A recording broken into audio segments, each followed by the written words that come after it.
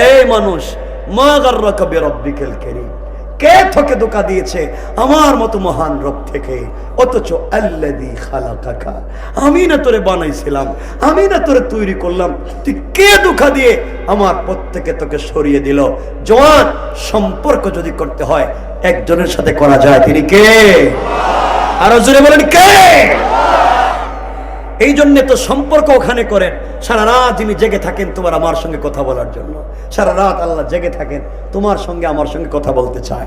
আমার রবি তো সম্পর্ক করছেন আমার রাসূলের সঙ্গে, মাঝে মাঝে ডাক দিয়ে বলছেন ইয়া আইয়ুহাল মুদ্দাসসির, ইয়া আইয়ুহাল মুযাম্মিল, মাঝে মাঝে বলছেন কুম ফাআনজির ওয়া রাব্বাকা ফাকাব্বির ওয়া সিয়াবাকা ফাতাহির, মাঝে মাঝে ডাক দিয়ে বলছেন ও চাদর ওয়ালা চাদর খোলো, তুমি না চাদরের নিচে ঘুমিয়ে আছো, রব লা তাখুযুহু সিনাতুম ওয়ালা নাওম, আমি না সারা রাত জেগে আছি, একটাবার কথা বলতে চাই, কত কিছুই না করলাম, তোমার ঘরের দরজায় আসলাম, রাত জেগে জেগে ডাকলাম, তুমি কেমনে ঘুমায়া থাকো? উঠো না বান্দা, উঠো না বন্ধু, ও রাসূলে পাক, তুমি মুদায়েক আয়েশার সঙ্গে ঘুমিয়ে আছো, ঘুম থেকে উঠো, তুমি আয়েশার সঙ্গে কম্বলের নিচে, আল্লাহু আরশে ইস্তাওয়া, আমি আরশে আজিমে একা একা ভালো লাগে না, বন্ধু উঠো, সারা রাত জেগে আছি, একটাবার কথা বলতে চাই, তোমার সাথে কথা না বললে না আমার ভালো লাগে না, আমি না তোমার প্রেমের প্রেমিক হয়ে গিয়েছি, একটাবার উঠো, ঠান্ডা পানি দিয়ে ওযু করো,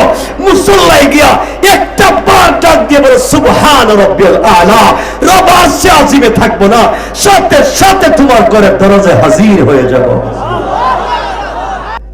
জামে ইসলামিয়া আইয়ুবিয়া দারুল উলুম দারমা মাদ্রাসার আজকের এই 3 দিন ব্যাপী ঐতিহাসিক তাফসীরুল কোরআন মাহফিল ও ইসলামী মহাসম্মেলনের যিনি সভাপতিত্ব করছেন এবং করবেন আমাদের এই জনপদের বুজুর্গ আলেম, হযরতের নাম দেখতে পাচ্ছি পীরে কামেল আল্লামা মুফতি মুবারাকুল্লাহ সাহেব দামাত বারাকাতুহুম। দোয়া করি আল্লাহ যেন হুজুরের হায়াতে খায়রিয়াতের ফয়সালা করেন, সবাই পড়েন আমিন। অনেক বুজুর্গ ওলামায়ে কেরাম কথা বলেছেন, কথা বলবেন। এই মাদ্রাসাকে নিয়ে যিনি আজীবন স্বপ্ন দেখছেন এবং স্বপ্ন দেখেই যাচ্ছেন, নিজের রক্ত ঘাম মিশ্রিত সেই সুন্দর বাগান জামিউল উলুম ওয়াল ফুনুন মা'দানুল ইলম ওয়াল আদব, পীরে কামিল আল্লামা শেখ মেরাজুল হক কাসেমী দামাত বারাকাতুহুম। দোয়া করি আল্লাহ যেন হুজুর সহ সকলের হায়াতে খায়রিয়াতের ফয়সালা করেন, সকলে পড়েন আমিন। খুব বেশি কথা নয়, উপস্থিত হযরত বুজুর্গ উলামায়ে কেরাম, মুরব্বিয়ানে আযম, পর্দার অন্তরালে অবস্থানরত আমার সম্মানিত শ্রদ্ধেয় মা ও বোনেরা, বিশেষ করে আগামী দিনের জাতির দিকপাল, ভবিষ্যৎ জীবনে জাতির কান্ডারি, যুগে যুগে যারা আল্লাহর জমিনে আল্লাহর দ্বীন কায়েমের আন্দোলন করতে গিয়ে বুকের পবিত্র তাজা রক্ত ঢেলে আল্লাহর জমিনে আল্লাহর দ্বীন কায়েম করেছে, ইসলামী আন্দোলন করে ইসলাম নামক বৃক্ষকে আল্লাহর জমিনে প্রতিষ্ঠা করবার আমরণ সংগ্রাম চালিয়ে যাচ্ছে। আমার কলিজার টুকরা, প্রাণের চেয়ে আপন ছাত্র, তরুণ, যুবক বন্ধুগণ, আলোচনার শুরুতেই আমার পক্ষ থেকে সকলকে আন্তরিক মোবারকবাদ, শুভেচ্ছা জানিয়ে আল্লাহ পাক রব্বুল ইজ্জত ওয়াল জালালের শাহী দরবারে শুকরগুজার হচ্ছি যে আল্লাহ আজকের এই মোবারক দিন জলসায় আমাদেরকে একত্রিত করেছেন। সবটুকুন ভালোবাসা, আবেগ, শ্রদ্ধাকে উজাড় করে শুকরগুজার হচ্ছি। সকলে পড়ছি আলহামদুলিল্লাহ। কোরআনে কারীমের 19 নম্বর পারা 25 নম্বর সূরা, সূরা আল ফুরকান, আয়াত নম্বর 65। আমরা এখান থেকে কিছু তেলাওয়াত শুনেছি, আমরা এখানেই কিছু কথা শুনবো ইনশাআল্লাহ। মৌলিক বিষয় হচ্ছে এই পৃথিবীতে আল্লাহ রাব্বুল ইজ্জত ওয়াল জালাল আমাদেরকে প্রেরণ করেছেন একমাত্র, কেবলমাত্র, শুধুমাত্র এই জমিনে গোলামি হবে আল্লাহর। কার? আল্লাহর। আর তরিকা হবে শুধুমাত্র কেবলমাত্র রাসূল পাক সাল্লাল্লাহু আলাইহি ওয়াসাল্লামের। এই আল্লাহর জমিনে আল্লাহর হুকুম আর রাসূল পাক সাল্লাল্লাহু আলাইহি ওয়াসাল্লামের তরিকা ছাড়া বিকল্প কোনো পথ আর পদ্ধতি এই পৃথিবীতে চলতে দেওয়া যাবে না। সমাজকে আজকে যারা বিকারগ্রস্ত করছে, এই জমিন থেকে দ্বীনকে মুছে দেওয়ার কতই না ষড়যন্ত্র হয়েছে এবং হয়ে যাচ্ছে। মানে রাখবেন, আমরা যদি সচেতন না থাকি, আমি যুবকদেরকে বলছি, জওয়ানদেরকে বলছি, পড়ালেখার কোনো বিকল্প নাই। কোরআনকে থিসিস করেন, কোরআনকে অ্যানালাইজ করেন, কোরআনকে গবেষণা করেন। কোরআন যা বলছে আপনি একটু ফলো করেন।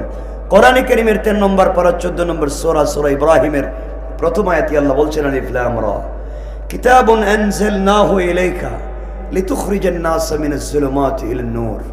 রব বলছেন রাসূল পাক সাল্লাল্লাহু আলাইহি ওয়াসাল্লাম, আপনার কাছে আমি যে কিতাব দিয়েছি আল কোরআন, এটা দিয়ে আপনি কি করবেন? সমাজকে যারা অন্ধকারাচ্ছন্ন করে দিয়েছে, এই অন্ধকারাচ্ছন্ন সমাজকে আলোকিত করবার জন্য একমাত্র ম্যাগনেটিক লাইট, একটা বাস্তবিক চুম্বক হচ্ছে যা অন্ধকার থেকে আলোর পথ দেখাতে পারে, একমাত্র কেবলমাত্র আল কোরআন।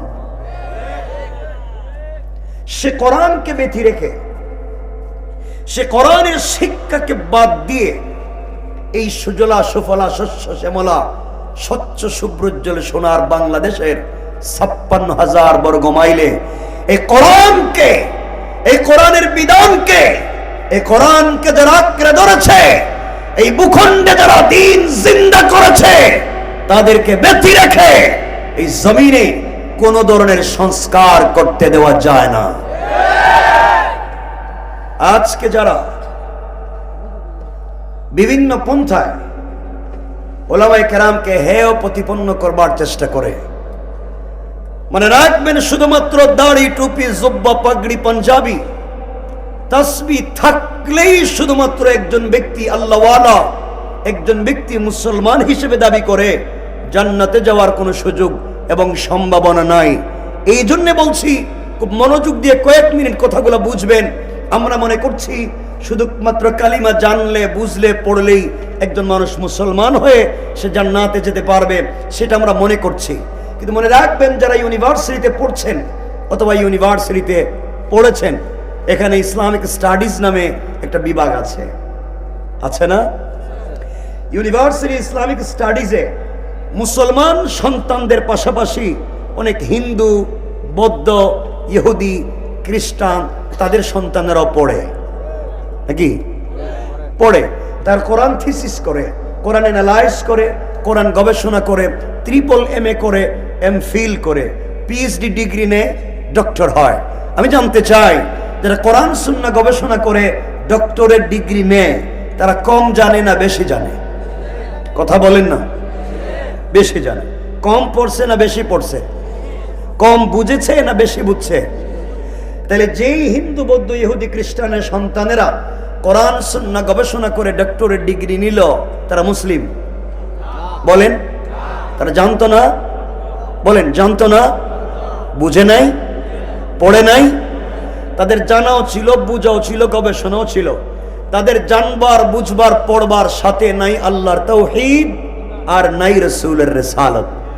বোঝা গেল আল্লাহর তাওহীদ এবং রাসূলের রিসালাত বিবর্জিত কোরআন সুন্নাহর গবেষণাও কাউকে মুসলমান বানাতে পারে। অনেকে মনে করতে পারেন শুধু দাড়ি, টুপি, জুব্বা থাকলেই আমি তো বড় ওলিয়া হয়ে গিয়েছি, এটাই মনে হয় জান্নাতে চলে যাওয়ার মাধ্যম বা পথ হয়ে যেতে পারে। মনে রাখবেন, আমার রাসূল পাকের পিছনে অনেকেই সালাত পড়েছে, মাঝে মাঝে ইকামত দিয়েছে, রাসূল পাকের দস্তারখানে খাবার খেয়েছে। তার ইন্তেকালের পরে রাসূল পাক নিজের জুব্বা মুবারক খুলে তার কাফন দিয়েছেন। তার ইন্তেকালের পরে রাসূল নিজে তার জানাজায় শরীক হয়ে ইমামতি করতে চেয়েছেন। আল্লাহ বলেছেন পয়গম্বরে আরবি, আপনার মুসল্লি, আপনার দস্তারখানের সাথী, আপনার জুব্বা নিয়ে কবরে ইয়া রাসূলুল্লাহ একটা নয় 100 জুব্বা দিয়ে কাফন দিতে পারেন, একবার নয় 1,00,000 বার আপনি তার জানাজার ইমামতি করতে পারেন, কিন্তু আমি রব তাকে জান্নাত দিব না।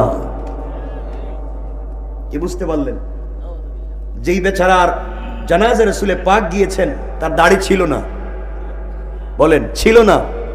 ছিল। বলেন, ছিল না? নামাজ ছিল না, রোজা ছিল না।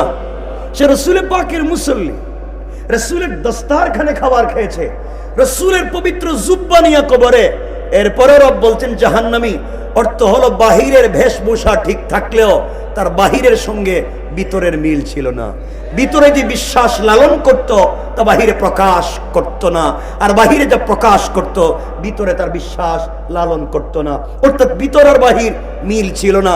রাসূলে পাকের মুসল্লি হয়েও জাহান্নামী।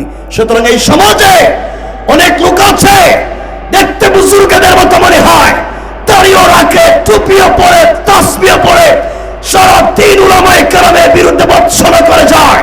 মনে রাখবেন এই দেশ মুসলমানদের দেশ, আলেম ওলামার দেশ, পীর বুজুর্গের দেশ, ওলি আব্দালের দেশ, গাউস কুতুবের দেশ, মাদ্রাসা মসজিদের দেশ, আসান ইকামতের দেশ, কোরআন সুন্নাহর দেশ, ইসলামী আন্দোলনের কর্মীর দেশ।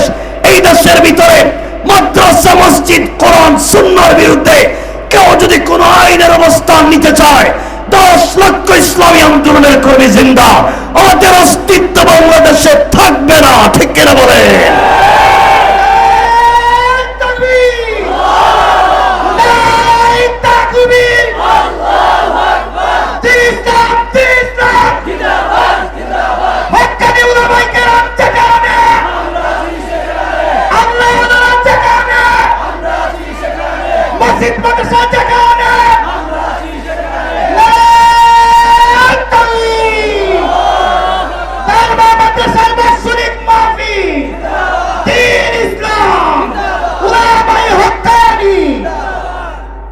মনে রাখবেন এই জমিনে দিন এমনি এমনি জিন্দা হয়নি। কেউ আমার কথা রাগ করবেন না, আমি আগেই বলছি আমরা মুজাকারা করব, আমার কথা রাগ করবেন না। আমি ছোট মানুষ, শুধু এতটুকুন বুঝবেন, এই যে ভাবভঙ্গি ধরছেন না, দাড়ি দুড়ি রেখে একবার অলিয়া অলিয়ার মতো বসে রয়েছেন, এই ভাব ধরছেন কেন? এই কই যেতে চান? পাবলিক রে ঠকাইয়া মাইরা খাইয়া অলিয়া অলিয়ার মতো বসে রয়েছেন এখানে।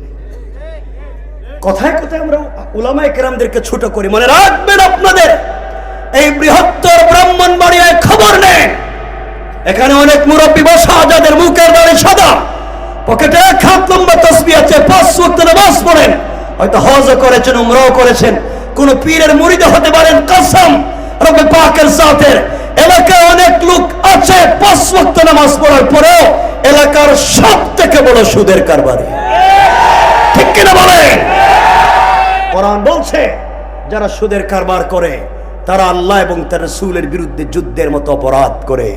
হাদিস বলছে যারা সুদের কারবার করে তারা তাদের মায়ের সাথে জিনার মতো অপরাধ করে।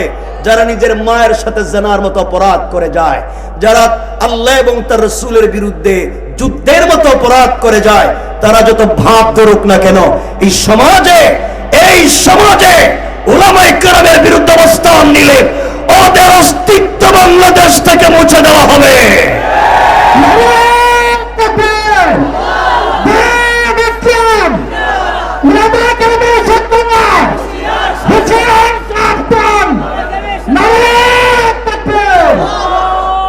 মনে রাখবেন জুলাই আগস্টের বিপ্লবে এই দেশের ছাত্র জনতা, মাদ্রাসার শিক্ষার্থী, তাদের রক্ত যেমন গিয়েছে, বুজুর্গ উলামায়ে কেরামের চোখের পানিতে বুক ভিজে মাটিও ভিজেছে।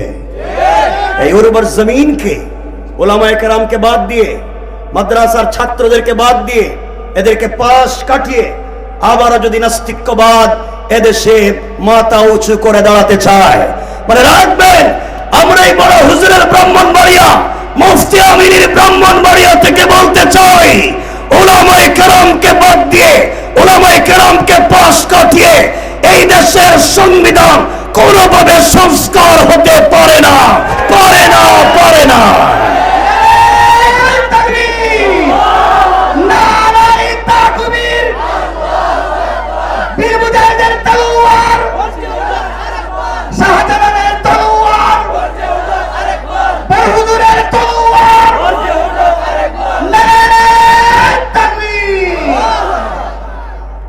আমার কথা রাগ করবেন না।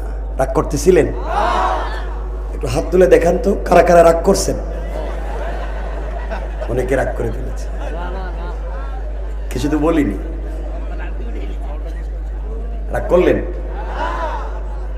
আবেগ আছে, বিবেকটাকে আর একটু কাজে লাগাতে হবে। সমাজকে বিনির্মাণ আমাকে করতে হবে।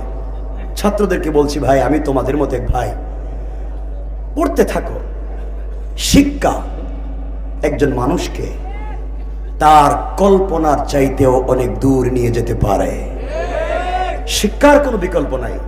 তুমি যদি দিনের বেলায় এই জমিনে বাদশাহী করতে চাও, রাতের বেলায় গোলামের মতো সেজদায় পড়ে যাও। তুমি যদি গোলামের মতো গভীর রাত্রে সেজদায় পড়ে যেতে পারো, রব তোমাকে দিনের বেলায় বাদশাহী দিয়েও দিতে পারে। কথা কি বুঝতে পারলেন? এই জন্যে আমাদেরকে চাইতে হবে কার কাছে? সমাজকে শুধু আলেমদের দোষ, কিছু হলে আলেমদের দোষ, অথচ হুজুরা তো কিছুই করে নেই, খারাপ কাজ তো করে না।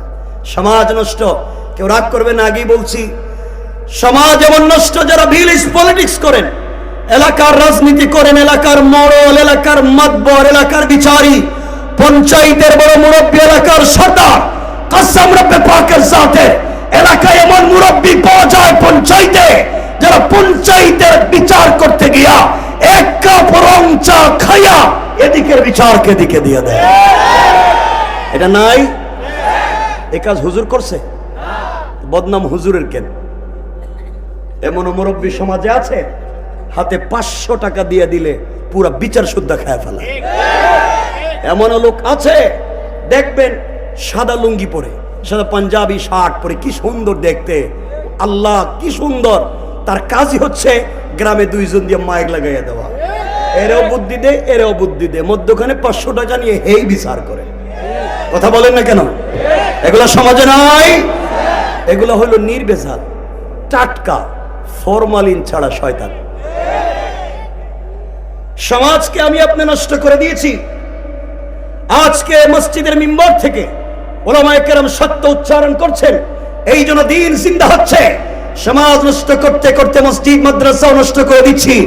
আল্লাহর রাস্তে রাগ করবেন না, খবর নিয়ে দেখেন এই বাংলাদেশের ম্যাক্সিমাম মসজিদের সভাপতি সুদখোর, ক্যাশিয়ার ঘুষখোর, আর সেক্রেটারি দুর্নীতিবাজ, চাঁদাবাজ, বদমাইশ, ফেন্সিডিল ব্যবসায়ী, ইয়াবা ব্যবসায়ী, এতিমের জায়গা দখল করে, বিধবার বাড়ি দখল করে, পাবলিকের জায়গা জমি নিজের নামে কুয়া জাল দলিল করে, গরিবের রাস্তাঘাট বন্ধ করে, সব মাইরা খাইয়া শেষ বয়সে মসজিদ মাদ্রাসার দায়িত্বশীল হয়ে যায়। এগুলা নাই? আচ্ছা, সমাজকে নোংরা করলো কে? এই নিকৃষ্ট সমাজকে সুপথে নিয়ে আসবার সমূহ চেষ্টা করে যাচ্ছেন উলামায়ে কেরাম, আর আমরা তাদেরকে গালি দিই, আমরা তাদেরকে দেখতে পারি না। কিছু হলে উলামায়ে কেরামের দোষ হয়ে যায়। মানে রাখবেন, আপনারা তো শয়তান চিনেন না, কেউ রাগ করেন না। শয়তান মারার জন্য আপনারা মক্কায় যান, মক্কায় গিয়ে জামারাতে খঙ্কর মারে না, শয়তানরে পাথর মারে না। গত হজের আগের হজে দেখলাম এক হাজি সাহেব হজে গিয়া জামারাতে শয়তানরে পাথর মারতেছে, মানে কঙ্কর জামারাতে মারতে মারতে বুধ রাগ উঠে গেছে, জুতা খুলে মারতেছে। শয়তান পুরো এলাকা মাইল লাগাই রাখছিস, আর 10 লাখ খরচ করে আইছি, তুই এখানে বসে রইছিস, জুতা দিয়ে মারতেছে। আমি আপনাদের কাছে একবারে সবিনয় সম্মান পূর্বক জানতে চাই যে শয়তানকে 10 লাখ খরচ করে মক্কায় জুতা দিয়ে মারতে গেছিলেন, এই শয়তান তার জিন্দগিতে আপনাদের এই দারমা, আপনাদের এই ব্রাহ্মণবাড়ি এলাকায় কোনোদিন সুদের কারবার করছে? আইছিল এলাকায়? একটু জোরে বলেন না। এই এলাকায় ঘুষ ফেন্সিডিলের কারবার করছে? এই এলাকায় চাঁদাবাজি করছে? মসজিদ মাদ্রাসার কেশের পয়সা মাইরে খেয়েছে? কারো মেরে নিয়ে পার্কে গেছে? বলেন না। তাইলে যেই শয়তানে সুদ খায়, এটা মক্কায় না এলাকায়? আসতে বলবেন না কিন্তু, জোরে বলতে হবে। মক্কায় না এলাকায়? যে পাবলিকের জায়গা জমি দখল করে চাঁদাবাজি করে, মক্কায় না এলাকায়? যে পঞ্চায়েতের বিচার করতে 500 টাকা খায়, মক্কায় না এলাকায়? যে মসজিদ মাদ্রাসার কেশের পয়সা মাইরে খায়, মক্কায় না এলাকায়?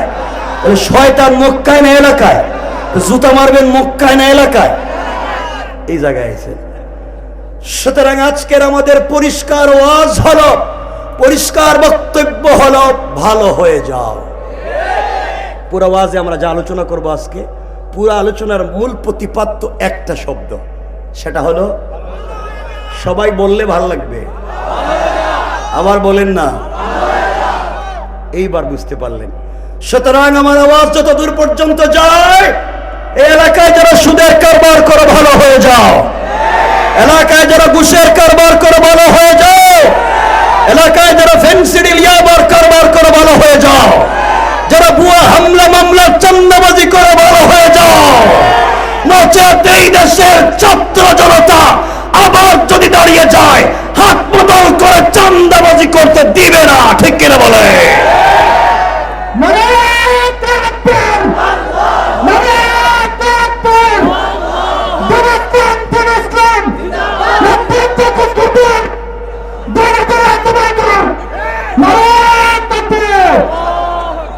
কি কইছো আমি তো বুঝিনি।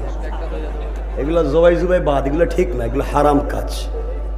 মানে রাখবেন, আল্লাহ বলছেন বিল হিকমা ওয়াল মাউইযাতিল হাসানা, হিকমতে উত্তম কথামালার মাধ্যমে আমাদেরকে দ্বীন জিন্দা করতে হবে। যেভাবে সাহাবায়ে কেরাম, তাবেঈন, তবে তাবেঈন, আইম্মে মুজতাহিদিন, সালফে সালেহিন, আকাবিরিন, উলামায়ে মুতাকাদ্দিমিন, মুতাআখিরিন, আসফিয়ায়ে কেরাম যেভাবে দ্বীন জিন্দা করেছেন, আপনাকে আমাকে সেভাবেই দ্বীন জিন্দা করতে হবে। রব যেখানে কঠিন করে কথা বলেছেন আমরা সেখানেই বলবো, রব যেখানে খুব আন্তরিকভাবে কথা বলেছেন আমরা সেভাবেই বলবো। আমরা কাউকে গালি দিতে পারি না। আমাদের দিলে আছে বুক ভরা ভালোবাসা, দোয়া এবং আন্তরিকতা, কিন্তু ভালোবাসা দিতে গিয়ে কেউ যদি আমাদের বুকে ছুরি মেরে দেয়, রব যে হিকমত বলেছেন, রব যে বিধানের কথা বলেছেন, আমরাও সেই বিধানকে এই জমিনে কায়েম করতে পারি। তো আমার কথা কষ্ট পেয়েছেন আপনারা? কষ্ট নিয়েন না, আল্লাহর ওয়াস্তে। এই জন্য জমিনে দ্বীন জিন্দা করতে হবে। কেমনে? চলার পথে আমাদের ভুল হয়ে যায়, চলার পথে অন্যায় হয়ে যেতে পারে। রব আমাদেরকে বলেছেন কোন পথে চলতে হবে। দেখেন তো এখন জমিনে চান্দাবাজির অভাব নাই, ওই চান্দাবাজি হচ্ছে। আজ উনি কাল উনি, আজকে উনি করতেছে কালকে উনি করতেছে। শুধু চান্দাবাজি আগের জায়গায় আছে, লোকটা পরিবর্তন হয়েছে। আমরা এই দেশে রক্ত দেইনি যে চান্দাবাজি কাউকে করে সুযোগ করে দেওয়ার জন্য। জনেরা বলো না ঠিক কিনা? এই দেশে যুবকেরা রক্ত দিয়েছে শুধুমাত্র কাউকে ক্ষমতা থেকে নামিয়ে আরেকটা নির্বাচন দিয়ে কাউকে ক্ষমতায় বসাবার জন্য নয়। এরা রক্ত দিয়েছে পুরো ফ্যাসিস্ট সিস্টেমের বিরক্তি করে আল্লাহর জমিনে আল্লাহর দ্বীন কায়েম করে দেওয়ার জন্য, ঠিক কিনা বলে?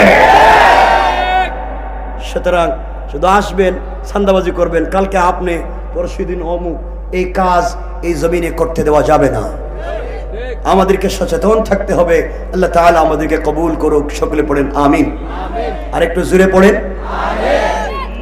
এই নোংরামের সমাজকে দ্বীনের পথে নিয়ে আসতে হলে কি করতে হবে? রব কোরআনে কারীমের 19 নম্বর পারা 25 নম্বর সূরা আল ফুরকানের 63 নম্বর আয়াতে এগুলা 63, 64, 65 একটা একটা করে বলেছেন। মনে রাখবেন, আমাদের ইতিহাস তো রক্ত দেওয়ার ইতিহাস, আমাদের ইতিহাস তো সামনের দিকে যাওয়ার ইতিহাস। পিছনে যেতে পারবেন না।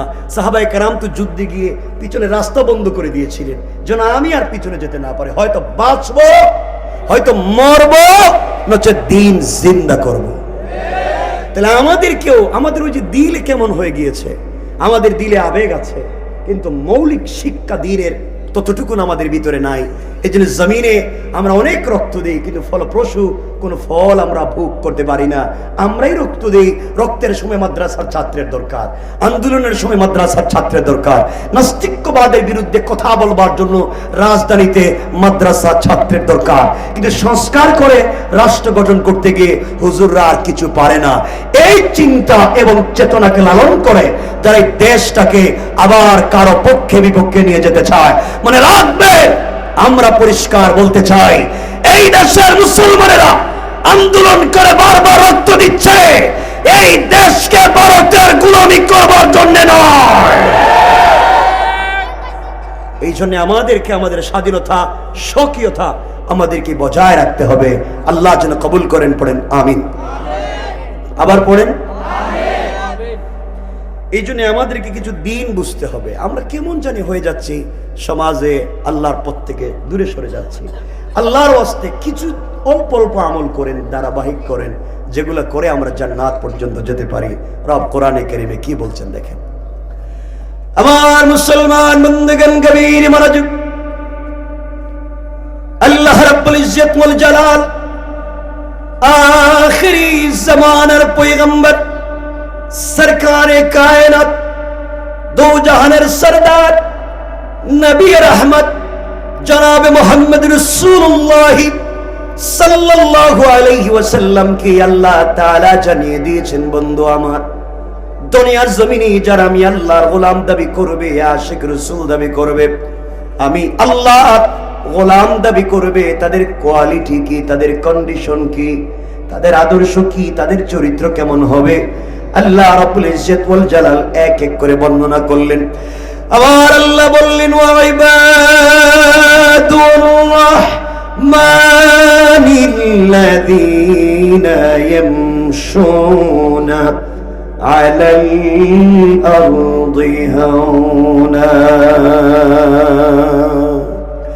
আল্লাহ রাব্বুল ইজ্জত ওয়াল জালাল বলছেন, মুসলমানেরা, এই দুনিয়ার জমিনে যারা আমি আল্লাহর গোলাম দাবি করবে, আশিক রাসূল দাবি করবে, আল্লাহর গোলাম নিজেকে মনে করবে, বান্দারে আল্লাহর গোলামের এক নাম্বার গুণ হলো, আমার গোলাম দুনিয়ার জমিনে কোনদিন অহংকার করতে পারে না। কি করতে পারে না? অহংকার করতে। এই বৃহত্তর ব্রাহ্মণবাড়ি এলাকায় আল্লাহ যাদেরকে টাকার মালিক বানিয়েছেন, মিল ফ্যাক্টরির মালিক বানিয়েছেন, শিল্পের মালিক বানিয়েছেন, গাড়ির মালিক, বাড়ির মালিক বানিয়েছেন, সম্পদের মালিক বানিয়েছেন, আপনি যদি আপনার সম্পদের কারণে, আপনি যদি আপনার পয়সার কারণে দুনিয়ার জমিনে অহংকার করে বসেন, আল্লাহ চাইলে 10 তলা থেকে থাপড়াইয়া গাছ তলায় নামাইয়া দিতে আমার আল্লাহ 1 মিনিটও দেরি হবে না। কোন ঠিক কিনা? আপনি যদি অহংকার ছেড়ে দিতে পারেন, নিজেকে মাটির সঙ্গে মিশিয়ে দিতে পারেন, নিজেকে ছোট করে ফেলতে পারেন, আমার আল্লাহ চাইলে গাছতলা থেকে, বাঁশতলা থেকে কান ধরে 10 তলার মালিক বানাইয়া দিতে আমার আল্লাহ 1 মুহূর্ত দেরি হবে না। কোন ঠিক কিনা? এই জন্য অহংকার করা যাবে? সবাই বললেন না যাবে। আপনি ক্ষমতার অহংকার করতে পারেন না। এই দেখেন না, কয়েকদিন আগেও যাদের কোটি টাকার বাড়ি ছিল, কোটি টাকার গাড়ি ছিল, কোটি টাকা ব্যাংকে ছিল, আজ তারা বাড়ি ঘর ফেলে দিয়ে জঙ্গলে থাকবার মতো জায়গা পাচ্ছে না। ঠিক কিনা বলে? যারা ক্ষমতার অপব্যবহার করে, উলামায়ে কেরামদের রক্ত ঝরিয়েছে, জেলে নির্যাতন করেছে, আর তারা বলেছিল আমরা পলায়ন করব, আমরা পলায়ন করি নাই, তারা এমন ভাবে পলায়ন করেছে থাকবার মতো জায়গাও নাই। ঠিক কিনা বলে? এজন্য শুধুমাত্র ধৈর্য ধারণ করতে হবে, আর এটা মনে মনে চিন্তা করতে হবে যে হাসবি আল্লাহ, আল্লাহ আমার জন্য যথেষ্ট। পুরো পৃথিবী আমার বিরুদ্ধে যাক তো যাক, কিছু যায় আসে না, রব যদি আমার পক্ষে থাকেন পৃথিবীর কেউ আমার কিছুই করতে পারবে না। সাহাবায়ে কেরামের বিশ্বাস এতটুকুনি ছিল যে রব আমার কাছে আছেন, রব তো আমার পক্ষে আছেন, কেউ কিছুই করতে পারবে না। এখানে উলামায়ে কেরাম, আমি আপনাদের সামনে কথাগুলো বলতে চাই না, শুধুমাত্র মনে করাইয়া দেওয়ার জন্য বলতেছি, শুধু মনে করাইয়া দেওয়ার জন্য, যে রব এই বিশ্বাসটুকুন যদি থাকে যে আল্লাহ আমার জন্য যথেষ্ট। রাসূল পাক হিজরত করে মক্কা থেকে যেদিন মদিনায় গেলেন, রব পুরা কাফের থেকে যেভাবে রাসূলকে বাঁচিয়ে দিলেন, আজও আমাদেরকে তিনি সেভাবেই বাঁচাতে পারেন। কথা বলেন না কেন? দুর্ভাগ্য হচ্ছে আমাদের বিশ্বাস, আমাদের ঈমান তত অটুট হয়ে ওঠেনি, এত শক্ত আর মজবুত হয়ে ওঠেনি। এটাই হচ্ছে আমাদের দুর্ভাগ্য। আমরা কোরআন এবং সুন্নাহকে মসজিদ মাদ্রাসায় যতটুকুন সুপ্রতিষ্ঠিত করতে পারছি, পাবলিক পর্যন্ত ফোকাস করতে পারিনি, পাবলিকের দিল পর্যন্ত ঘরে ঘরে পৌঁছে দিতে পারিনি। এই জন্য আমাদের আন্দোলন হবে, আমাদের আন্দোলন হবে প্রত্যেকটা ঘরে, প্রত্যেকটা নাগরিকের দিলে আল্লাহ তাওহীদ এবং রাসূলের রিসালাতকে বদ্ধমূল করতে হবে। পারবো তো ইনশাআল্লাহ? বলেন না ইনশাআল্লাহ? আমি ঘটনা বলছি না, আপনাদেরকে শুধু বলছি রাসূল পাক সাল্লাল্লাহু আলাইহি ওয়াসাল্লামকে আল্লাহ কেমনে বাঁচালেন, শুধু আমি ঘটনা বলছি না, মনে করাইয়া দিচ্ছি। ওগুলো আপনাদের জানা, আমি যে নতুন কিছু বলতেছি এমন না, আমি শুধু মনে করাইয়া দিচ্ছি। তারিখে ইবনে জারির তাবারিতে লিখেন, আল্লাহর রাসূল সাল্লাল্লাহু আলাইহি ওয়াসাল্লাম হিজরত করে যেদিন মক্কা থেকে মদিনায় চলে যাবেন, আমরা ঘটনার দিকে যাব না, গভীর রজনীতে জিবরিল আমিন আল্লাহর রাসূলকে ঘুম থেকে উঠালেন, ইয়া রাসূলুল্লাহ, আপনাকে হিজরত করতে হবে ইয়াসরিবের দিকে, খেজুর বাগানের দিকে, মদিনার দিকে আল্লাহ রাসূল উঠে গেলেন। ওযু করলেন, 2 রাকাত সালাত পড়লেন, নিজের বিছানায় হযরত আলীকে শুইয়ে দিলেন, মানুষের আমানত বুঝাইয়া দিলেন। আল্লাহর রাসূল সাল্লাল্লাহু আলাইহি ওয়াসাল্লাম ঘর থেকে বের হয়ে যাওয়ার তৈরি করে হয়ে গেলেন। দরজার পাশাপাশি যাওয়ার পরে আওয়াজ হলো, কান পর্যন্ত আওয়াজ চলে আসলো। ঘরের চতুর্দিকে কাফেরেরা অত্যাধুনিক অস্ত্র নিয়ে, নেজা নিয়ে, তীর নিয়ে, বল্লম নিয়ে দাঁড়িয়ে আছে। আল্লাহর রাসূল ঘর থেকে বের হলে দুনিয়া থেকে বিদায় করে ফেলবে। আল্লাহ রাসূল আল্লাহকে ডাক দিয়ে বলছেন, আল্লাহ তাআলা আপনি আমাকে বলেছেন হিজরত করবার জন্য, ঘর থেকে বের হয়ে ইয়াসরিবের দিকে চলে যাওয়ার জন্য। আল্লাহ, সকল কাফেররা তো আমার ঘরকে বেষ্টন করে ফেলেছে, ঘর থেকে বের হলে মেরে ফেলবে। আল্লাহ রাব্বুল ইজ্জত ওয়াল জালাল জানায়া দিলেন, বন্ধুরে তোমার কাজ হলো আমার উপরে ভরসা করে, আমার উপরে ইয়াকিন আর বিশ্বাস রেখে ঘর থেকে বের হয়ে যাওয়ার দায়িত্ব তোমার। আর সকল কাফেরদের থেকে হেফাজতের জিম্মাদার স্বয়ং আমি আল্লাহ।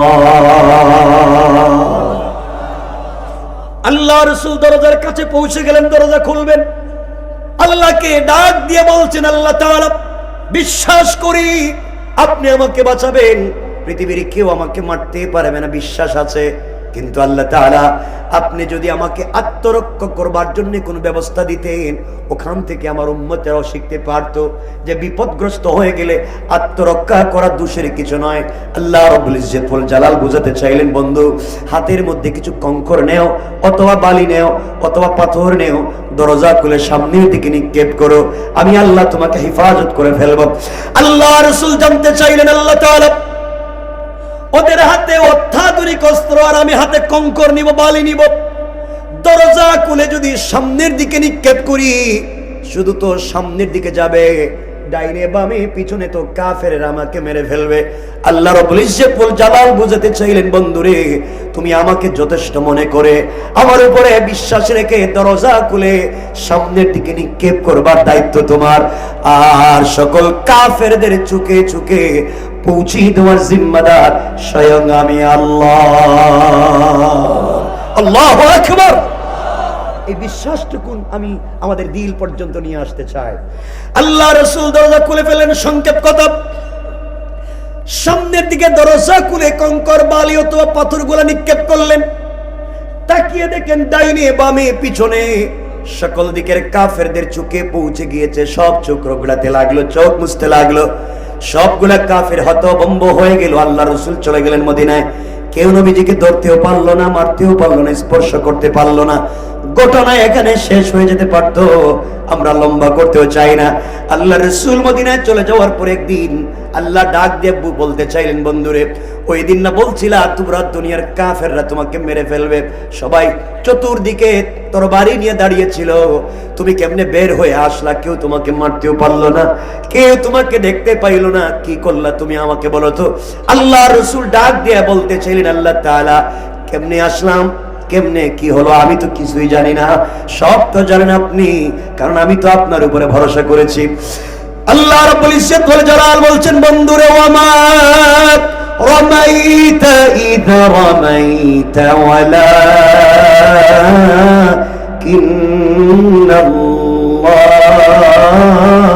রামা। বন্ধুরে তুমি যখন কংকর গুলো নিক্ষেপ করেছো, আমার উপরে ইয়াকিন করে, ভরসা করে, বিশ্বাস করে পাথরগুলা বালিগুলো নিক্ষেপ করেছো, ওইটা তোমার হাত থাকে নাই, আমি আল্লাহর কুদরতের হাত হয়ে গিয়েছে। আর আমি আল্লাহ আমার হাত দিয়া সকল কাফেরদের চুকে চুকে পৌঁছে দিয়েছি। পড়েন সুবহানাল্লাহ, আল্লাহু আকবার। রক্ত এখনো আছে, তিনি চাইলে আমাদেরকে হেফাজত করতে পারেন, ঠিক কিনা বলে? আমি শুধু আপনাদেরকে এই বিশ্বাসটুকুন, কষ্ট হচ্ছে আপনাদের? আওয়াজে তো মনে হইতেছে অনেক অসুবিধা হইতেছে। অসুবিধা হয়? আওয়াজ তো এই কর্নার থেকে হয় না, মনে হইতেছে রাস্তা তো ওই যে কক্সবাজার থেকে বোধহয় এদিকে চলে আসছে, রোহিঙ্গা ঢুকছে কিনা জানি না, বললাম আর কি, এটা সচেতনতার জন্য। সব ঠিক আছেন তো? আলহামদুলিল্লাহ।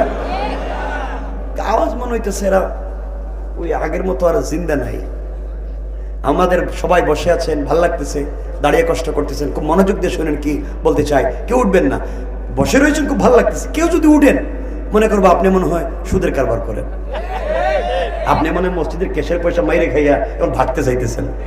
উঠলি আমরা বলে দিন, প্রস্রাবে তো যাইতে পারবেন না। ঠিক আছে তো ইনশাল্লাহ? জীবনে তো কত টেলিভিশন, টকশো, সিনেমা, ফিল্ম দেখলেন, ঘন্টার পর ঘন্টা বসেছিলেন, শুনেন না কয়েকটা কথা। বন্ধুগণ, তোমাদেরকে জওয়ানদেরকে বলছি, আমার দিকে কতগুলো কথা শোনো। যুবক, আমি তোদের মতো এক ভাই। পৃথিবীতে এমন কোনো জায়গা নাই, পৃথিবীর সব থেকে দামি জায়গা তোমরা যেটাকে বলো, পৃথিবীর সব থেকে স্মার্ট বিউটিফুল রাষ্ট্র যেটাকে বলো, সোশ্যাল সিকিউরিটির রাষ্ট্র, আল্লাহ পাক আমাকে দুনিয়ার সব জায়গায় নিছে, তো শান্তি কোথাও পাইনি। শান্তি দেখেছি একমাত্র রবের কদমে সেজদায়। যত ব্যথা থাকো, যত সুন্দর বিল্ডিং এ থাকি, যত আরামায় শেয়ার কলার এয়ার কন্ডিশনে থাকি, দিলে যেন কি একটা অতৃপ্তি, অপূর্ণতায় কাজ করে। রবের কদমে সেজদায় পড়ে দেখো, মনটা অনেক শান্ত হয়ে যাবে, অনেক ভাল লাগে। পারবো না ইনশাআল্লাহ? যুবকদেরকে বলছি, ভাই আমি তোদের মতো এক যুবক, আমিও তো চাইলে 2, 4, 5টা প্রেম ভালোবাসা করতে পারি, ঠিক না? তোমরা তো প্রেম করো, ঠিক ঠিক কইছে কেডারি? এতক্ষণ কত কথা বললাম, ঠিক কয় নাই, দেখছেন নি? সজাগ কিন্তু। যুবক, তোমাদেরকে বলছি, আমি কি বলতে চাই শোনো। তুমি যে মেয়ের সাথে প্রেম করো, তোমার গার্লফ্রেন্ড, হয়তো সে খুব স্মার্ট, সে বিউটিফুল, তার চেহারা এক্সট্রা অর্ডিনারি করা, সে যখন তোমাকে টেলিফোন দেয়, তখন বাতির প্লেট ফালাইয়া কুত্তার মতো দৌড় দাও, ঠিক না? জবান, তুই জানিস না যে মেয়ের সাথে সম্পর্ক করে মা বাপের মুখে চুন কালি দিয়েছ, যেই মেয়েকে পাওয়ার জন্য পড়ালেখায় লাল বাতি জ্বালিয়েছ, যেই মেয়েকে পেতে গিয়ে মাথা নষ্ট হয়ে ফেন্সিডিল, ইয়াবা, গাঁজার মাদক সেবন শুরু করেছ। যুবক, তোমাকে বলছি, তুমি যেই মেয়ের প্রেমে পড়ে সব বাদ দিয়েছ, বিদেশে 10-20 বছর থেকে সব পয়সা ওই মেয়ের পিছনে ইনভেস্ট করেছ, দিন শেষে তাকে পেতে চাই।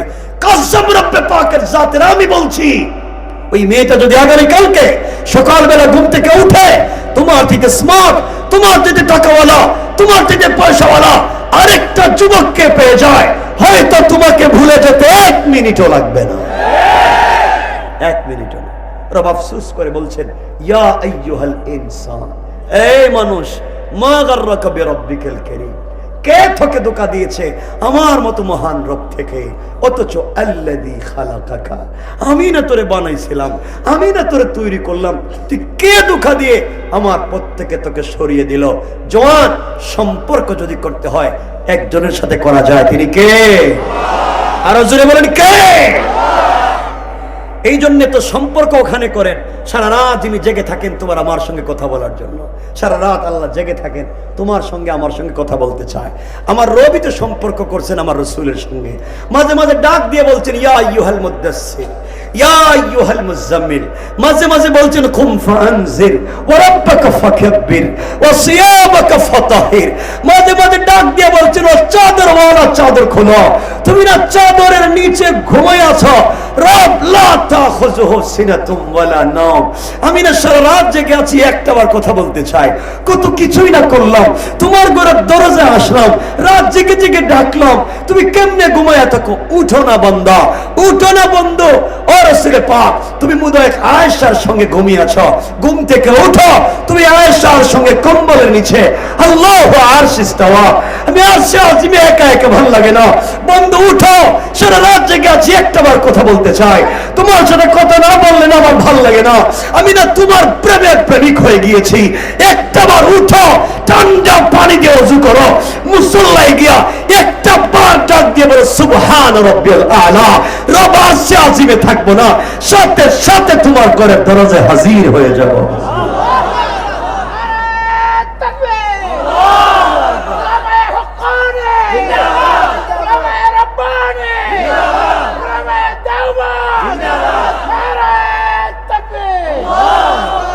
কেমনে সেই রবকে ভুলে যাও? রব না তোমাকে বলতে চায় না, কথা লম্বা করতে চাই না, এজন্য যেতে চাই না ওদিকে।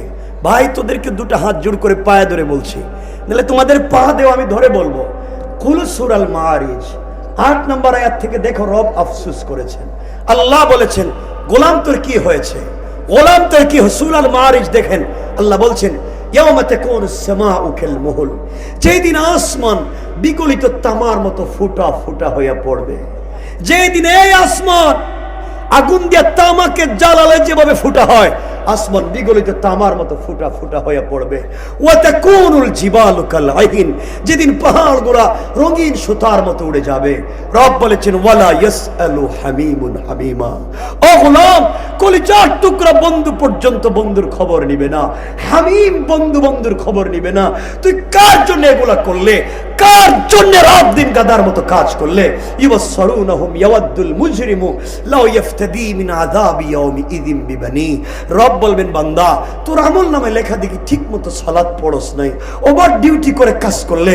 আল্লাহ আমি আমার জন্য করিনি, আমার বাচ্চাদেরকে একটা ভালো বাড়ি বানাইয়া দেওয়ার জন্য, একটা ভালো গাড়ি কিনে দেওয়ার জন্য রাত দিন কাজ করতে গিয়ে সালাত পড়তে পারিনি।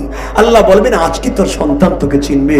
আল্লাহ কি বলেন, যাদের জন্য 40, 50, 70টা বছর গাদার মতো বিদেশে কাটাইলাম, বাড়ি বানাইছি থাকবার সুযোগ পাই নাই, পয়সা ইনকাম করছি খাওয়ার সুযোগ পাই নাই, সব তো সন্তানরে দিছি। আল্লাহ বলবেন সন্তানদের ডাক দেখ তোরে চিনে নি। আল্লাহ সন্তানকে ডাকবেন, গোলামের সামনে দাঁড়াবে, গোলামকে বলবেন এ কি তোমার বাপ? সন্তান বলবে আল্লাহ, আল্লাহ এই চেহারার কোন মানুষ আমার বাপ ছিল না। কি শয়তান, কি শয়তান সন্তান আপনাকে বলে যাচ্ছে। ও ভাই, আল্লাহর কাছে গোলাম বলবে আল্লাহ এই সন্তানের জন্য আমার জীবন যৌবন বিসর্জন করলাম, সন্তান আমারে চিনে না, আল্লাহ এরে বান্দ আমারে ছেড়ে দাও। রব বললেন তোমার সন্তানরে বাদলাম কিন্তু তোমাকে ছাড়বো না। আল্লাহ বলবেন তোর আমল নামা লেখা দেখি, ও সাহিবাতিহি ও আখি, আমল নামা লেখা সুদে টাকা আনছ, গোলাম টাকা দিয়ে কি করছস? গোলাম বলছে আল্লাহ আমার স্ত্রী বলতো তার অর্নামেন্টস নাই, তার জুয়েলারি নাই, গড়টার মধ্যে টাইস সিরামিক নাই, বউর কথায় সুদে টাকাই না সপ্তাহে দিছি। আল্লাহ যে বউ আমাকে ছাড়া ঘুমাইতো না, আমার শরীরে মশা মাছি বসতে দিত না, সারা রাত জেগে আমার জন্য খাবার নিয়ে অপেক্ষা করতো। আল্লাহ এই স্ত্রী আজকে আমাকে ভুলে যাবে না। রব বলেন ডাক দে, স্ত্রীকে সামনে দাঁড় করানো হবে। স্ত্রী বলবে আল্লাহ কসম আমি দুনিয়ায় বিয়েও করি নাই, আমি বিয়েও করি নাই। আল্লাহর কাছে গোলাম বলবে আল্লাহ স্ত্রীরে বান্ধ, ওরে বান্ধ আমাকে ছেড়ে দাও। রব বলেন তোমার স্ত্রীরে বাদলাম বান্দা কিন্তু তোমাকে ছাড়বো না। আরো হিসাব রয়েছে, ও আখিহি তুমি আমল নামায় লিখে দেখি কত মানুষের সঙ্গে প্রতারণা করছে। ঘটনা কি? আল্লাহ আমি না বড় ভাই ছিলাম, ছোট ছোট ভাইদেরকে পড়ালেখা করাবার জন্য, বিদেশি স্টাবলিশড করার জন্য আমি রাত দিন কত মানুষের কাছ থেকে টাকা আনছি ঠিক মতো দেইনি, বোনদেরকে ভালো জায়গায় বিয়ে দেওয়ার জন্য কত কিছুই করছি ঠিক মতো পয়সা দেইনি। আল্লাহ আমার ভাই বোন আজকে আমাকে ভুলে যাবে না। রব বলেন ভাই বোনকে ডাক দে। আল্লাহ বলছেন ইয়াউমা ইয়াফিরুল মারউ মিন আখিহি, ওই দিন তো ফেরারির আসামির মতো দৌড়াবে, ভাই বোন আসবে বলবে আল্লাহ এমন চেহারার কোনো মানুষ আমাদের ভাই ছিল না। কি বুঝলেন? স্ত্রীও কই চিনি না, সন্তানও বলে চিনি না, ভাই বোনও বলে চিনি না। গোলাম বলছে আল্লাহ ভাই বোনরে বান্ধ আমার ছেড়ে দাও। রব বলেন বানলাম তোরে ছাড়তাম না, তোর তো আরো কিছু হিসাব আছে। আল্লাহ আর কি? ও ফসিলাতি হিল্লাতি তুবি, তোর আমল নামায় লেখা ব্রাহ্মণ বাড়ি আরেকজনের মাথায় বাড়ি দিছস। আল্লাহ আমি তো দেই নাই, আমার দলের লিডার কইছে ওরে মার, আমি তোর পিছনে আছি। আমার গোষ্ঠীর মুরব্বী কইছে টেটু ওর, টেটু না টেটা, টেটা ওর ভিতরে ঢুকায়া দে, আমি তোর পিছনে আছি। আল্লাহ আমার গোষ্ঠীর মুরব্বী কইছে, আমার গ্রামের পঞ্চায়েতের মুরব্বী বলছে, আমার দলের লিডার বলছে ওরে মার, আমি আছি। আল্লাহ দলের লিডার বলছে ওর নামে বুয়া মামলা দে, আমি আছি। আল্লাহ আমি করি নাই, ও বলছে। আল্লাহ বলছেন ওয়া ফসিলাতিহি হিল্লাতি তুবি, তোর দলের লিডার রে দেখ তোরে চিনেনি, লিডার রে ডাকা হবে। লিডার বলবে আল্লাহ আমি তো জিন্দেগিতেও দুনিয়া কোনোদিন লিডার ছিলামই না। কি বুঝলেন? কার লিডারিতে গেছিলেন? কথাটা পরিষ্কার কোরআন বলছে। আল্লাহ বলছেন বান্দা এখন কি করবে? বান্দা কয় আল্লাহ আমার একটু সুযোগ দাও। কয় কি? কয় আমার সন্তানরে বান্ধ, আমার মা বাপরে বান্ধ, স্ত্রী সন্তান ভাই বোনরে বান্ধ, এরপরে নেতা লিডার সবগুলোর বান্ধ, আমার ছেড়ে দাও। রব বলেন ছাড়তাম না। হ্যাঁ ওয়ামান ফিল আরদি জামিআন, আসমান জমিনে যা আছে সব তোমারে দিলাম, সুম্মা ইউনজি, এরপরে আমারে ছেড়ে দাও। রব আর সহ্য হয় না, পুরোটা জিন্দেগি ভুয়া পথে চলছে। আল্লাহ জবাব দিচ্ছেন কাল্লা, আল্লাহ বলছেন কাল্লা, কখনো তোরে আজকে ছাড়তাম না। তোরে না বুঝাবার জন্য ব্রাহ্মণবাড়ি এত বুজুর্গদের জন্ম দিলাম, রাত দিন তারা তোরে বুঝাইছে, মসজিদে মক্তব খুইলে বুঝাইছে, ওয়াজ কইরা বুঝাইছে, মাদ্রাসা খুইলে বুঝাইছে, কেন বুঝলে না? কাল্লা ইন্নাহা লাযা, তোকে আগে লেলিহান আগুন দিয়ে জ্বালাবো, নাজ্জাআতাল লিশাওয়া, যে আগুন চামড়া জ্বালায়, হাড্ডি জ্বালায়, গোশত জ্বালায়, রূহ জ্বালায় না। তুই ডাক দে, তাদু, ওদেরকে ডাক দে, মান আদবারা ওয়া তাওয়াল্লা, দেখ ওরা আসেনি, সব তো ভাগবে। আল্লাহ আমার অপরাধ কি? অপরাধ ও জামাআ ফাআওয়া, সম্পত্তি জমা করছো আর শুধু পুঞ্জীভূত করছো। ও জামাআ ফাআওয়া, সম্পত্তি জমা করছো আর বাড়াইছো। কোরআনে কারীমের 30 নম্বর পারা সূরা হুমাযার মধ্যখানে বলছেন আল্লাযী জামাআ মালান ওয়া আদ্দাদা, সম্পত্তি জমাইছো আর গণনা করছো। আজকে সম্পত্তিও বাঁচাইতে পারলো না, নেতাও বাঁচাইতে পারলো না, মা বাবা বাঁচাইতে পারলো না, স্ত্রী সন্তানও না, ভাই বোনও না। বান্দা আমি তো তোর সামনে, তাইলে কেন দুনিয়ায় আমারে চিনে আসলে না? কথা কি বুঝতে পারলেন? কার পিছনে ব্যর্থ সময় নষ্ট করতেছেন? এই জন্য গোলাম, কষ্ট দেওয়ার জন্য বলছি না, তোমাদেরকে বলছি আসো তাফসিরে ব্যস্ত, আসো না মাদ্রাসায় ব্যস্ত, আসো না দ্বীনের কাজ করি ব্যস্ত, আসো না তাবলীগে যাই ব্যস্ত। আরে গোলাম, তুমি যত ব্যস্ত ব্যস্ত ব্যস্ত, তোমার চাইতে 1000 গুণ কোটি গুণ বেশি ব্যস্ত আজরাইল তোমাকে নিয়া। সারাদিন ব্রাহ্মণবাড়ে ব্যবসা করেছো, দারমা আরো যত বাজার আছে ব্যবসা করেছো, বিকাল বেলা কেশের বাক্স খুলছো, টাকা আমার, বিজনেস আমার, ফ্যাক্টরি আমার, মার্কেট আমার, সব তো আমার। নামাজ নাই, সালাত নাই, আমানতদারি নাই, পয়সা আমার। তুমি জানো না হয়তো তোমার কেশের বাক্সের ভিতরে আজরাইল বসা। আজরাইল আল্লাহরে বলছে, আল্লাহ আমসিক আও আত্রুক, ওরে ছেড়ে দিব না ধর্ম। ও বলতেছে পয়সা নাকি তার, ও বলে বাড়ি গাড়ি সব তার, একটা বারো তোমার শুকরিয়া আদায় করলো না। আল্লাহ পয়সা তো গনতে আসে, আমি কি করব? আল্লাহ বলে দেখ, কান বরাবর থাপ্পড় দিছে তো আজরাইল থাপ্পড়, দেখা যায় কেশের বাক্সে বসা ব্রেইন স্ট্রোক। কথা বলেন না কেন? জওয়ান, তুমি নাকি ইউকে চলে যাচ্ছ, ইউএসএ, অস্ট্রেলিয়া, কানাডা, তুমি নিউজিল্যান্ড, জার্মান চলে যাচ্ছ, তোমার পাসপোর্টে নাকি স্পাউস ভিসা আছে, তুমি নাকি ফ্যামিলি সহ চলে যাইতেছ, তুমি ফ্রিডম কান্ট্রিতে যাচ্ছ, তুমি একটা উন্নত সোসাইটি লালন করতে চাও। জোয়ান, সবার কাছ থেকে বিদায় নিছ, ব্যাগেজ লাগেজ ঠিক করেছ, আগামী কালকে শাহজালাল বিমানবন্দর থেকে তোমার ফ্লাইট, সব ঠিক করে পাসপোর্টটা বালিশের নিচে রাইখা ঘুমাইছ, কালকেই তো চলে যাইমো। 10 বছর আগের বন্ধুর কাছ থেকে বিদায় নিছ, একটা বারো রবের কথা মনে করলো না। তুমি জানো না হতে পারে তোমার বালিশের নিচেই তো আজরাইল বসা। আজরাইল আল্লাহরে বলতেছে, আল্লাহ ও আগামী কালকে চলে যাইতেছে, সবার কাছ থেকে বিদায় নিছে, একটা বড় তোমার কথা বলে নাই। তুমি না তার অক্সিজেন দিছ, তুমি না তার হাত পা দিছ, তুমি সব দিছ, একটা বারো তোমার কথা চিন্তা করে নাই। রব তুমি বলো আমসিক ও আত্রুক, ওরে ছাড়া দিব না আজকে ধর্ম। রব বলে দে বুক বরাবর থাপ্পড়, ঘুমের ভিতরেই দিছে থাপ্পড়, দেখা যায় ঘুমেই হার্ট অ্যাটাক। কথা বলেন না কেন? কিসের এত বাহাদুরি করছো? কিসের এত ক্ষমতা দেখাচ্ছ? যখন তোমাদের পায়ে ধরে ভাই বলে গেলাম, আমি তো তোদের ভাই বলে যাচ্ছি, আমার কথা একদিন মনে থাকবে। কিয়ামতের দিন আল্লাহরে বলবো, আল্লাহ আমি কিন্তু গেছিলাম, তুমি যেভাবে বলছো আমার দায়িত্বটুকুন ততটুকুন বলছিলাম, ওরা আমার কথা শুনে নেই, ওরা আমার কথা বুঝতে চায় নাই, ওরা ওয়াজ থেকে উঠে গিয়ে আবার দুনিয়ার পিছনে লেগে গিয়েছে। রব তুমি জানো, আমি জানি না, আমি আমার কথা বলতে পারবো। তুমি তোমার জবাবের জন্য তৈরি হও, তুমি তোমার জবাবের জন্য তৈরি হও। এই জন্য দুনিয়ায় এই ব্যর্থ মানুষের পিছনে চিন্তা না করে একমাত্র পৃথিবীতে মনে রাখবা, পৃথিবীর কাউকে সন্তুষ্ট করতে পারবে না, তোমার মা বাপকেও না। তুমি বিদেশে থাকো, মা বাপ তোমার কাছে কিছু চাইছে, তুমি দিতে পারো নাই, মা বাপ বলবে দেখছো নি ছেলেটা বিদেশে যাওয়ার পরে এখন মা বাপরে ভুলে গেছে। ভাই বোন তোমার কাছে কোনো জিনিস চাইছে, ঠিক মতো দিতে পারো নাই, বলবে ভাই দেখছো নি বিদেশে গিয়ে আমাদেরকে মনে রাখে না। তুমি তোমার স্ত্রীকে 50 বছর খাওয়াও, একদিন যদি না দাও, স্ত্রী বলবে দেখছো তোমার ঘর তো 40 বছর ধরে ঘর সংসার করলাম, তুমি কোন দিন আমারে দিছ?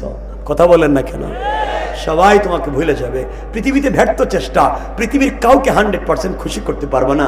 রব বলেছেন, বান্দা তোরে আমি বলছি, সবার দরওয়াজা বন্ধ হয়ে যেতে পারে, সবাই তোরে তাড়াইয়া দিতে পারে, কাউকে খুশি করতে পারবে না, কিন্তু গোলাম তুই আমার কদমে সেজদায় পড়ে যা, একটা বার আমাকে সুবহান বলে ডাক দে। রব কথা দিলাম, কাউরে খুশি না করতে পারলেও একটাবার সেজদা দিলে আমি রব তো তোর উপরে খুশি হয়ে যায়। তা আমরা কেন সেই পথে যেতে পারে না? কে তোমাকে আমাকে বাধা দিচ্ছে? আমার কথা কষ্ট হচ্ছে? এজন্য 1 নম্বর, খুব লম্বাও করবো না, 11টার উপরে 1 নম্বর অহংকার করা যাবে। 2 নম্বর কোন কথাগুলো দিল দিয়ে শুনেন, সামনে কি বলতেছে আল্লাহ বলছেন, ওয়াইদা খাতাবাহুমুল জাহিলুনা ক্বালু সালামা। আল্লাহ রাব্বুল ইজ্জত ওয়াল জালাল বলছেন, মুসলমানেরা এই দুনিয়ার জমিনে যারা আমি আল্লাহর গোলাম দাবি করবে, আশিক রাসূল দাবি করবে, আমি আল্লাহর গোলাম নিজেকে মনে করবে, বান্দারে আল্লাহর গোলামের 2 নম্বর গুণ হলো, কেউ গালি দিলে গালির জবাব দেওয়া যাবে না, আঘাত করলে আঘাতের জবাব দেওয়া যাবে না, গীবত শিকায়াত সমালোচনা করলে জবাব দেওয়া যাবে না, বরং আমি আল্লাহ গোলামকে কেউ যদি গালি দেয়, আমার গোলাম গালির জবাবে গালি না দেয়া ওই বান্দার জন্য শান্তি আর সালামতের দোয়া করে যায়। পড়েন সুবহানাল্লাহ। আল্লাহর গোলামের 2 নম্বর গুণ গালি দেওয়া। সবাই বললেন না? কেউ যদি আমাদের গালি দেয় আমরা কি দিব? শান্তির দোয়া করব। খাতাবাহুমুল জাহিলুন ক্বালু সালামা, তার জন্য শান্তির দোয়া করব, সালাম দিব। আমরা গালি দেইনি না, আমরা তো ফেরেশতা পর্যায়ে পৌঁছে গেছে, গালি দেইনি। এই ব্রাহ্মণ বড়ে মাইরে ফেলায়, এবার একটা ঢুকায় দেয় ভিতরে, হেরাকে গালি দেয় না, এগুলো হারাম কাজ, গালি দেওয়া যাবে না। মনে পড়েছে 2টা হাদিস, আমি বলবো না, লম্বা হয়ে যায়, বুজুর্গ ওলামায়ে কেরাম বসা। একটা হতে শামাইল তিরমিজিতে আম্মা জান আয়েশা সিদ্দিকা রাদিয়াল্লাহু তাআলা আনহা বলেন, আমি একটা পরিবারকে সুন্দর করতে গেলে, সমাজকে সুন্দর করতে গেলে পরিবারকে সুন্দর করতে হয়। আজকে আমাদের পরিবারে শান্তি নেই, স্বামী স্ত্রীতে মিল নেই, এই জন্য আমাদের ঘর থেকে শাহজালাল শাহপরান, জুনাইদ বাগদাদি, আব্দুল কাদের জিলানী, মুঈনুদ্দিন চিশতি, আজকে মুফতি আমিনী, বড় হুজুর শেখুল হাদিস আল্লামা আজিজুল হক, এমন সন্তানেরা আমাদের মায়েদের ঘর থেকে জন্ম নেয় না। আমাদের মায়েদের ঘর থেকে আজকে জন্ম নেয় বল্টু, রাস্তায় বেড়ে সান্দাবাজি করে, ঠিক কিনা? বাপের পেটে থাকতে, মায়ের পেটে থাকতেই সান্দাবাজি করে, মানে এমন হয়ে যাচ্ছে আমাদের পরিবারগুলো নষ্ট। এর কারণ স্বামী স্ত্রীতে সম্পর্ক ভালো নাই। স্বামী স্ত্রী সম্পর্ক যদি ভালো হয়, সন্তান ভালো হবেই। রাসূল পাক সাল্লাল্লাহু আলাইহি ওয়াসাল্লাম, খাদিজাতুল কুবরা, স্বামী স্ত্রীর সম্পর্ক চমৎকার, সুইটেবল ছিল। আল্লাহ তাদের ঘর থেকে জন্ম দিয়েছেন হযরতে ফাতেমা, হযরতে আলী। স্বামী স্ত্রীর সম্পর্ক শ্রেষ্ঠ ছিল, আল্লাহ তাদের ঘর থেকে জন্ম দিয়েছেন সাইয়্যিদা শাবাবি আহলিল জান্নাহ, হযরতে হাসান, হযরতে হুসাইন। পড়েন সুবহানাল্লাহ। আর আমাদের স্বামী স্ত্রী রাসূল পাক আম্মা জান আয়েশা বলেন, যে হাদিস বলতে চাইলাম, তাদের ঘরে শুধুমাত্র কেবলমাত্র রাসূল পাক সাল্লাল্লাহু আলাইহি ওয়াসাল্লাম কেমন করে স্বামী স্ত্রী সম্পর্কটা চমৎকার করলেন, কত সুন্দর করে চললেন। আফসোস হলো আমরা আমাদের পরিবারকে এমন করতে পারলাম না, এটা আমাদের জন্য ব্যর্থতা। মাশাআল্লাহ, আমরা কথা লম্বা করতে চাই না, ভাই চলে আসছেন, আমার শেখ, আমার উস্তাদ। আমি সুযোগ পাইলেই যার কাছে চলে যাইতাম। তাফাজ্জুল হবিগঞ্জ রহমতুল্লাহ আলাইহি, হুজুর তো ইন্তেকাল করছেন, হুজুর নাই, হুজুরের সাহেবজাদা আমার ভাই তাফিমুল সব আসছেন, চমৎকার কথা বলবেন, দারাজ কথা বলবেন। আমি আর লম্বা করতে চাই না, শুধু এতটুকুনি বলতে চাই, পরিবারকে সুন্দর করবো তো ইনশাআল্লাহ। বললেন না যে ইনশাআল্লাহ? বলেন না ইনশাআল্লাহ? আজকালকে হয়েছে কি যে আমাদের পরিবার স্বামী স্ত্রী একই করে থাকে। রাসূল পাক আম্মা জান আয়েশা বলেন, আমি পুরো জিন্দেগি তো রাসূল পাককে নিজের হাতে খাইয়ে দিয়েছি। আম্মা জান আয়েশা বলেন, পুরো জিন্দেগি কত ট্রাই করছি রাসূল পাককে আগে সালাম দেওয়ার, জিন্দেগি তো দিতে পারি নাই। নবীজি অনেক দূরে থাকতে আমাকে সালাম দিতেন, সুবহানাল্লাহ বললেন। আর আমরা আমাদের বউদেরকে সালাম দেইনি, মিথ্যা কথা বলবেন না কিন্তু, দেন না কেন? বউ নাই তো তোমার কি কপালে কি হয়েছে? নাই, এত মানুষের কি নাই? আমরা স্ত্রীদেরকে সালাম দিতে পারি না। রাসূল পাক সাল্লাল্লাহু আলাইহি ওয়াসাল্লাম বলছেন, যে ঘরে স্বামী স্ত্রীকে, স্ত্রী স্বামীকে সালাম দিবে, আল্লাহ তাদের ঘরে 100 থেকে 300টা বারাকাতের দরওয়াজা খুলে দিবেন। মেশকাত বাবু তিব্বে ও রেকাক, ডাক্তার এবং ডাক্তারি। রাসূল বলছেন, যেই ঘরে স্বামী স্ত্রীকে, স্ত্রী স্বামীকে আওয়াজ করে মোহাব্বতে সালাম দিবে, তাদের হার্ট, কিডনি, লাঞ্চেও যদি কোনো রোগ থাকে, আল্লাহ তা থেকেও মুক্ত করে দিবেন। এজন্য সালাম দিবেন তো ইনশাআল্লাহ? বলেন না ইনশাআল্লাহ? মুরব্বী যারা বসছে এরা চিন্তা করতেছে, বাবা 70 বছর গেছে, বউরে সালাম দিছি না, আজকে দিলে বউ মনে করবো বুইড়া কোন কাম গড়াইছে, আর আমার সালাম দিয়ে ভাব ধরতেছে। যাই মনে করুক, একটু সালাম দিয়ে দিয়েন ইনশাআল্লাহ। বলেন না ইনশাআল্লাহ? আল্লাহ আমাদের সবাইকে কবুল করুক। জোরে বলেন আমিন, আরো জোরে বলেন আমিন। সুতরাং শেষ কথা হচ্ছে, আমার শেষ কথা, আমাদের বুজুর্গ একের পর এক চলে যাচ্ছেন, বুজুর্গদের কাছ থেকে দোয়া নেবেন। মনে রাখবেন, ইলম কিতাব পড়লেই পাওয়া যায় না। ইলম এটা কিতাবি ইলম নয়, ইলম সিনাদের সিনা। ইলম তো ওখান থেকে আরেক জায়গায় যায়। বুজুর্গদের সঙ্গে সম্পর্ক রাখেন, তাআল্লুক রাখেন, দোয়া নেন। হয় দেখবেন পড়ালেখায় খারাপ ছিলেন, রব ইজ্জতের জিন্দেগি দিয়ে দিছে। আর পড়ালেখায় খুব ভালো, বুজুর্গদের সঙ্গে তাআল্লুক নাই, হয়তো কোনো জায়গায় বিপদগ্রস্ত হয়ে যাবেন। এই জন্য দিন শেষে আমাদের মুরব্বির দরকার। কথা বুঝাতে পারলাম? আজকে সমাজে এত ফিতনার মূল কারণ আমাদের মুরব্বি নাই, মানামানি নাই, কেউ কাউরে মানতে চায় না, কেউ কাউকে ইজ্জত দিতে চায় না। আল্লাহ আমাদেরকে সুযোগ দেখ। আমার শেষ কথা, এই জমিনে দিন জিন্দা আমাদের কি করতে হবে বলেন না ইনশাআল্লাহ। এই জুলাই আগস্টের রক্তের বিনিময়ে এই দেশে যেন কোনো ফ্যাসিস্ট আবার দাঁড়াতে না পারে, আবার যেন রাস্তাঘাটে চাঁদাবাজি না হয়। আমরা রক্ত দিয়েছি আবার কোন ফ্যাসিস্টকে প্রতিষ্ঠা করবার জন্য নয়, পুরো ফ্যাসিস্ট সিস্টেমটাকে উপড়ে দেওয়ার জন্য, ঠিক কিনা? আল্লাহ আমাদের সবাইকে কবুল করুক, সকলে পড়েন আমিন। সুবহান রাব্বিকা রাব্বিল ইজ্জাতি আম্মা ইয়াসিফুন ওয়া সালামুন আলাল মুরসালিন ওয়ালহামদুলিল্লাহি রাব্বিল আলামিন। আসসালামু আলাইকুম ওয়া রাহমাতুল্লাহি ওয়া বারাকাতুহু।